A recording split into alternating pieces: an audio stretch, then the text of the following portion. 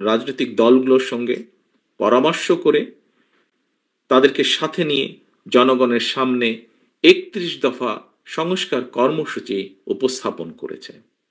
এবং আগেও বলেছি আমি, জনগণের রায় পেয়ে বিএনপি সরকার গঠনে সক্ষম হলে বিএনপি পর্যায়ক্রমিকভাবে প্রতিটি সংস্কার কর্মসূচি ইনশাল্লাহ বাস্তবায়ন করবে। প্রিয় উপস্থিতিবৃন্দ,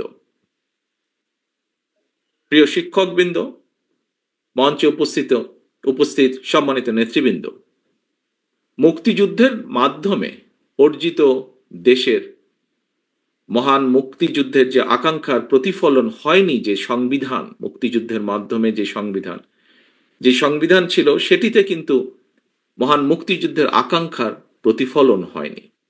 আমরা দেখেছি পলাতক যে স্বৈরাচার, তারা তাদের ইচ্ছে মতন সেটিকে কাটা ছেঁড়া করে রাষ্ট্রীয় সংবিধানকে প্রায় দলীয় সংবিধানের রূপ দিয়েছিল।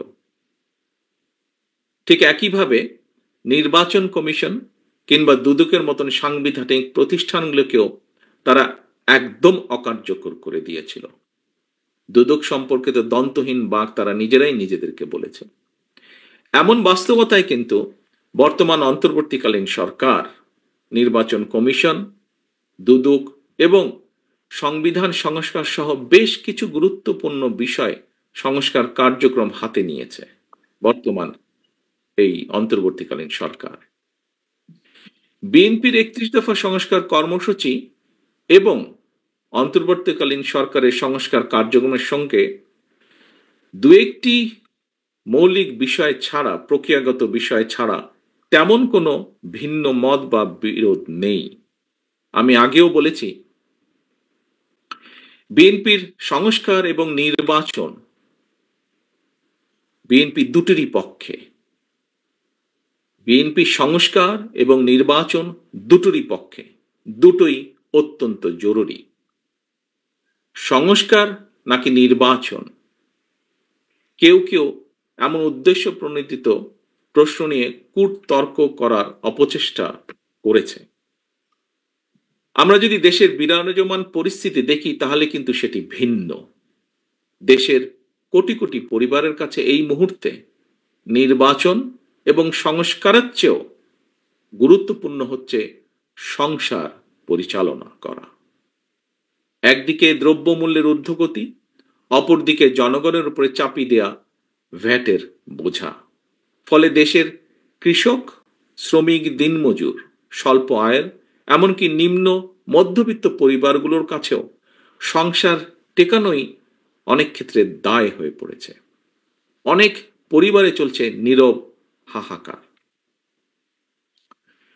কিভাবে জনগণের নিত্যদিনের দুঃখ দুর্দশা লাঘব করা যায়, কিভাবে বাজার সিন্ডিকেট ভেঙে দ্রব্যমূল্য জনগণের হাতের নাগালে রাখা যায়, কিভাবে জনগণকে ফ্যাসিস্টের আমলের মিথ্যে মামলা থেকে রেহাই দেওয়া যায়, কিভাবে আইন শৃঙ্খলা বাহিনীকে আরো সক্রিয় করা সম্ভব, জনগণের জানমালের নিরাপত্তা নিশ্চিত করা যায়।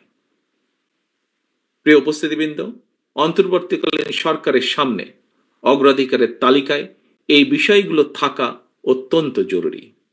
জনগণ বিশ্বাস করে অন্তর্বর্তীকালীন সরকারের মতন সর্বজন সমর্থিত একটি নির্দলীয় অরাজনৈতিক সরকারের পক্ষেই বাজার সিন্ডিকেটের কবল থেকে জনগণকে মুক্তি দেওয়া সহজ।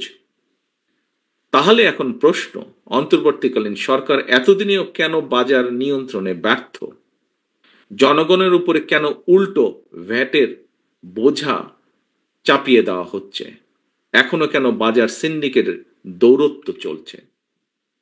এমন পরিস্থিতিতে কিন্তু জনগণের অনেকের মনেই প্রশ্ন ওঠা স্বাভাবিক, তাহলে কি সরকারের কেউ কেউ অন্য কোনো ইস্যুতে বেশি মনোযোগী, নাকি সরকার পারছে না? প্রিয় শিক্ষকবৃন্দ, অন্তর্বর্তীকালীন সরকারের নানা সীমাবদ্ধতা থাকা সত্ত্বেও আমরা মনে করি এই সরকারকে কোনোভাবেই ব্যর্থ হতে দেওয়া যাবে না। কারণ হাজারো শহীদের রক্ত মারিয়ে একটি গণতান্ত্রিক, মানবিক, বৈষম্যহীন বাংলাদেশ গড়ার অঙ্গীকার নিয়ে এই সরকার রাষ্ট্র পরিচালনার দায়িত্ব নিয়েছে।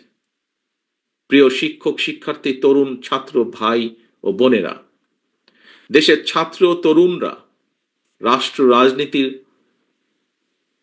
রাজনৈতিক ব্যবস্থার প্রতি আগ্রহী হয়ে উঠেছে। এটি অবশ্যই একটি ইতিবাচক দিক।